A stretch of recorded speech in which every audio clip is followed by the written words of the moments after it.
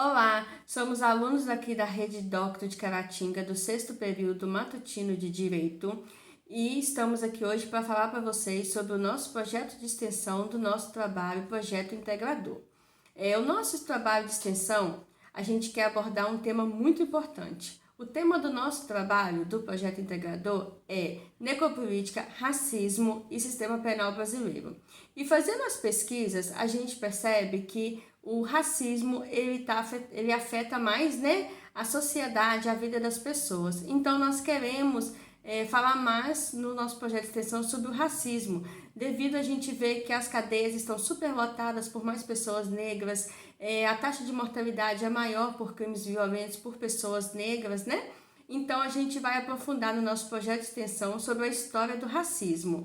Eu vou dar continuidade aqui para vocês, um vídeo falando sobre a história do racismo para vocês entenderem melhor e compreender.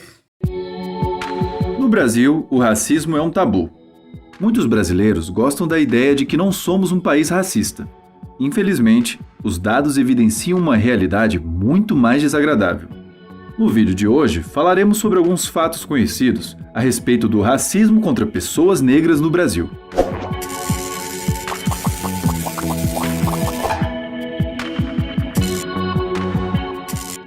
Fato número 1. O racismo contra pessoas negras no Brasil está profundamente enraizado no modo como a nossa sociedade funciona.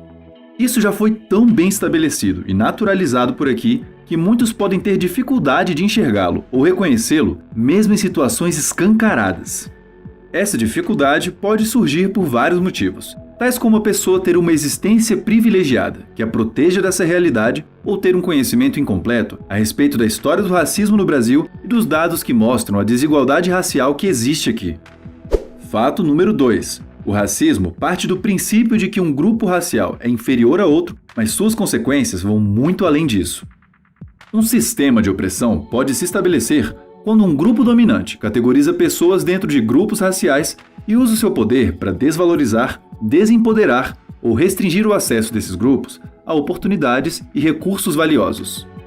As ideias racistas podem ser difundidas de várias maneiras pela sociedade e ganhar um nível de profundidade tão grande em uma cultura ao ponto de membros dos próprios grupos desvalorizados compartilharem delas.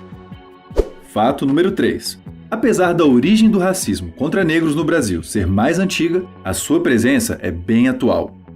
Ele é uma consequência de ideias sobre a inferioridade de negros em relação a brancos que se fortaleceram durante os períodos de colonização e escravização, as quais se difundiram desde então e continuam se difundindo.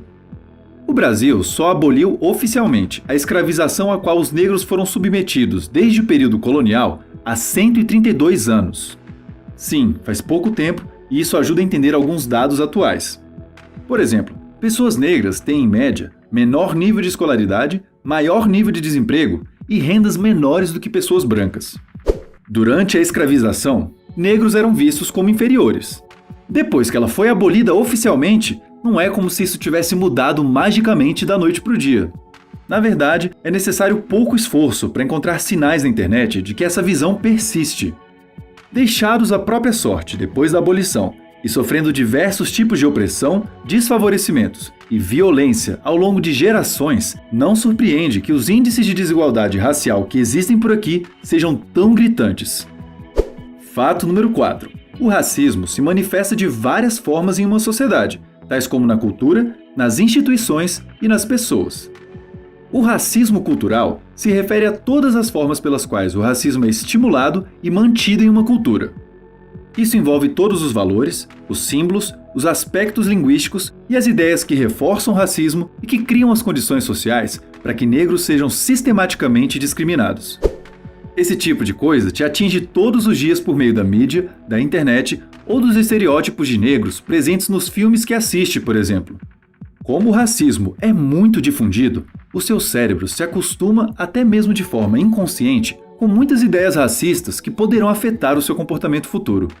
Por isso, é perfeitamente possível que uma pessoa não tenha consciência plena de que possui concepções racistas na própria mente e acabe discriminando alguém, ou seja, tratando essa pessoa de forma diferenciada por percebê-la como parte de um grupo social. É exatamente isso que acontece com muita gente. Quando se vive em uma cultura racista, A tendência é que as pessoas reproduzam esse racismo no cotidiano, mesmo que não tenham a intenção de agir assim. Um dos reflexos disso é o racismo institucional, ou seja, o racismo presente nas leis e nas práticas das instituições que compõem uma sociedade.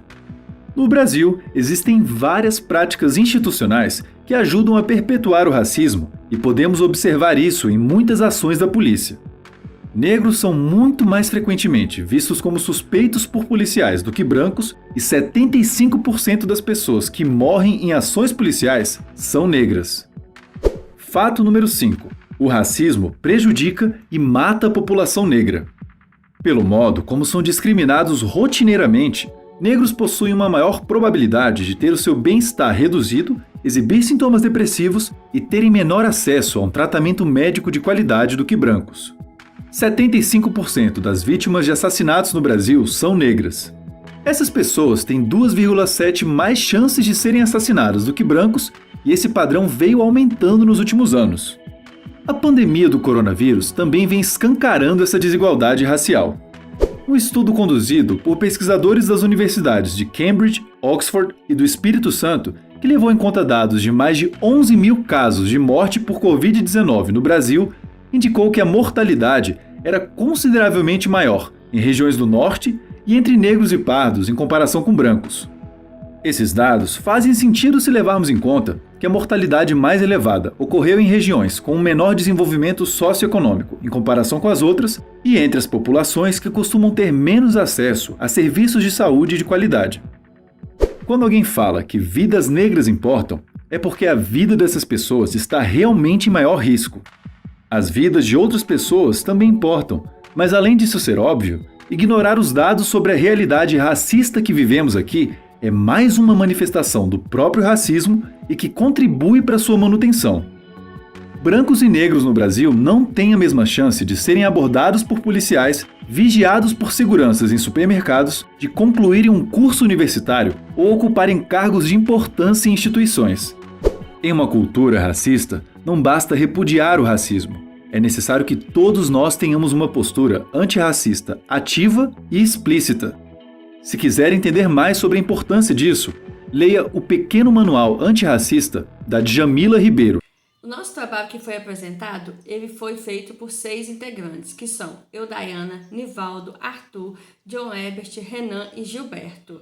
Quero agradecer a todos vocês por participar com a gente, por assistir o nosso vídeo e dizer para vocês, diga não ao racismo, basta ao racismo, pois todos nós somos iguais.